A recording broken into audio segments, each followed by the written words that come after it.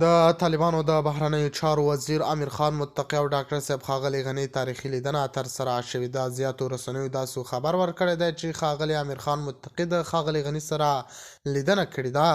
د باور ټي وي چینل درنو لیدونکو سلام، ستړي مه شئ، وخت مو بخیر. په سر کې یادونه کوم که باور ټي وي چینل مو نوي سبسکرایب کړی، په درنښت سره باور ټي وي چینل سبسکرایب کړئ. د افغانستان د بهرنیو چارو سرپرست وزیر امیر خان متقي او د افغانستان پخوانی ولسمشر محمد اشرف غني ترمنځ په یوه پټه خو وروسته اعلان شوې ناسته کې مهم پرمختګونه شوي دي.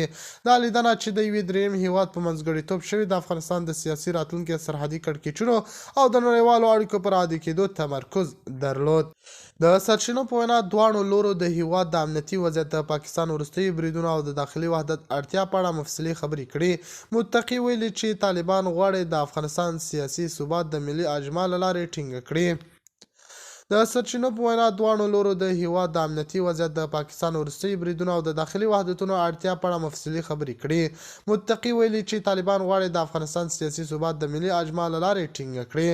اشرف غني په خپلو خبرو کې ټینګار کړی چې افغانستان د ګډ کار لپاره ژغورل کېږي، نه د اختلافاتو له لارې. ملي یووالی او د نړیوال اعتماد بیا ترلاسه کول د افغانانو ګډ مسؤلیت دی.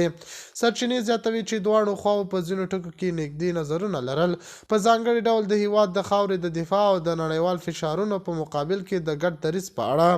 دا لیدنه د افغانستان د شاوخوا 2 لسیزو تر ټولو مهمو سیاسي تماسونو څخه بلل کېږي. ښاغلي غني د ښاغلي امیر خان متقي سره لیدنه کړې او د افغانستان د زیاتو مسایلو په اړه خبرې کړې او جدي پرمختګونه هم ترسره شوي دي. دا خبر تر اوسه رسمي صفحو نه ده تایید کړی، خو زیاتو سرچینو ورکړی دی. د باور ټي وي چینل درنو لیدونکو دا و زموږ ته د مهال چمتو کړی خبر. د نورو خبرونو لپاره باور ټي وي چینل په درنښت سبسکرایب کړئ. تر بیا ښې چارې.